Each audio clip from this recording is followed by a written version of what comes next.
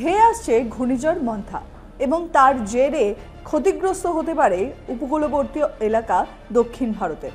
অন্ধ্রপ্রদেশের কাকিনাড়া অঞ্চলে এর ল্যান্ডফল প্রক্রিয়া হওয়ার সম্ভাবনা তৈরি হয়েছে এবং যার প্রভাব পড়তে পারে সবথেকে বেশি তামিলনাড়ুর ওপর। অন্ধ্রপ্রদেশ উপকূল ছাড়াও উড়িষ্যা এবং বঙ্গ উপকূলেও এই ঘূর্ণিঝড়ের প্রভাব কিন্তু জারি থাকবে।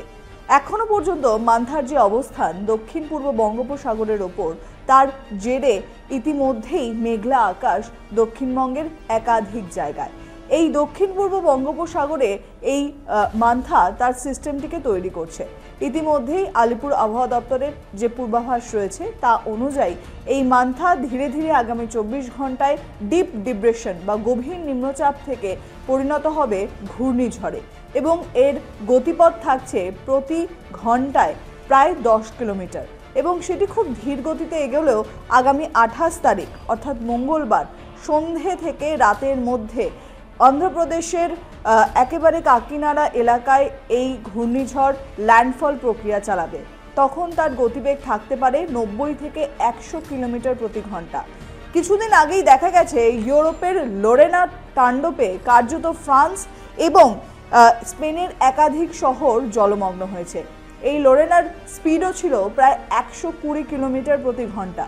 তাই তার দাপটে কার্যত বিদ্যুৎ বিভ্রাট থেকে শুরু করে একাধিক শহর যেরকম জলমগ্ন হয়েছে, ঠিক সেরকমভাবে প্রাণহানি হয়েছে বেশ কিছু জনের।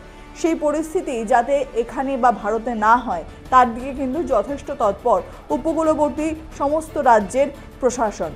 তার জন্য ইতিমধ্যেই অন্ধ্রপ্রদেশ থেকে শুরু করে উড়িষ্যা, তামিলনাড়ু এবং পশ্চিমবঙ্গের উপকূলবর্তী জেলাগুলিতে শুরু হয়ে গেছে মাইকিং।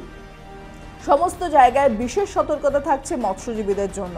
27 তারিখের মধ্যে পশ্চিমবঙ্গের সমস্ত মৎস্যজীবীদের ফিরে আসার নির্দেশ দেওয়া হয়েছে এবং 28 তারিখ থেকে 31 তারিখ সম্পূর্ণভাবে সমুদ্রে যেতে নিষেধাজ্ঞা জারি রয়েছে মৎস্যজীবীদের উদ্দেশ্যে।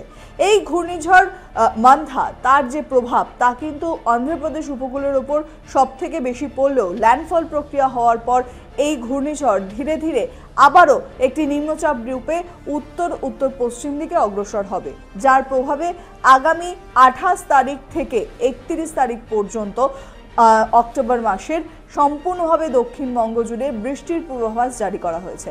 প্রধানত 24 পরগনা, 2 মেদিনীপুর, ঝাড়গ্রাম সহ একাধিক জেলা এবং বাদ যাচ্ছে না শহর কলকাতাও, সেই সমস্ত জায়গায় কিন্তু ভারী বৃষ্টির পূর্বাভাস জারি। এই বৃষ্টিপাতের সঙ্গে সঙ্গে কোথাও কোথাও 30 থেকে 40 কিলোমিটার বেগে দমকা ঝোড়ো হাওয়া বইতে পারে বলে জানাচ্ছে হাওয়া অফিস। এই পরিস্থিতিতে দাঁড়িয়ে ইতিমধ্যেই রোদ ঝলমলে আকাশ থেকে মেঘলা আকাশের যে পর্যায় তা কিন্তু শুরু হয়ে গেছে। আগামীকালও শহর কলকাতার আকাশ মেঘলা থাকবে এবং বেলা বাড়তে বাড়তে একটা মেঘাচ্ছন্ন আকাশ সঙ্গে কয়েক ফসলা বৃষ্টিও কিন্তু হতে পারে কোথাও কোথাও। দক্ষিণবঙ্গের বিশেষত দক্ষিণ 24 পরগনা, 2 মেদিনীপুর এই জেলাগুলিতে কয়েক ফসলা বৃষ্টি শুরু হবে আগামীকাল থেকে। সেই বৃষ্টিপাত কার্যত জারি থাকবে 31 তারিখ পর্যন্ত। 29 তারিখে বৃষ্টিপাতের পরিমাণ যথেষ্ট বেশি থাকবে, ভারী বৃষ্টির ইঙ্গিত রয়েছে এই জেলাগুলির ক্ষেত্রে। তবে এই ঘূর্ণিঝড় মান্থার প্রভাব কিন্তু উত্তরবঙ্গেও জারি। উত্তরবঙ্গের 2 দিনাজপুর, মালদায় বৃষ্টিপাত জারি থাকছে 28 তারিখ থেকে। উপরের জেলাগুলিতে ভারী বৃষ্টির পূর্বাভাস জারি করা হয়েছে 29 তারিখ 31 তারিখ পর্যন্ত। অর্থাৎ বোঝাই যাচ্ছে সমগ্র বঙ্গে এই মান্থার প্রভাব যথেষ্ট মাত্রায় পড়বে, কারণ এটি ঘূর্ণিঝড় থেকে ডিপ ডিপ্রেশন রূপে ল্যান্ডফল প্রক্রিয়ার পর অবস্থানরত থাকবে এবং যেহেতু ওর ক্রমাগত অবস্থান উত্তর দিক এবং উত্তর পশ্চিম দিক, তাই কার্যত মনে করা হচ্ছে উড়িষ্যা, বিহার এবং বঙ্গের উপর এর প্রভাব পড়তে চলেছে আগামী কয়েকদিনে।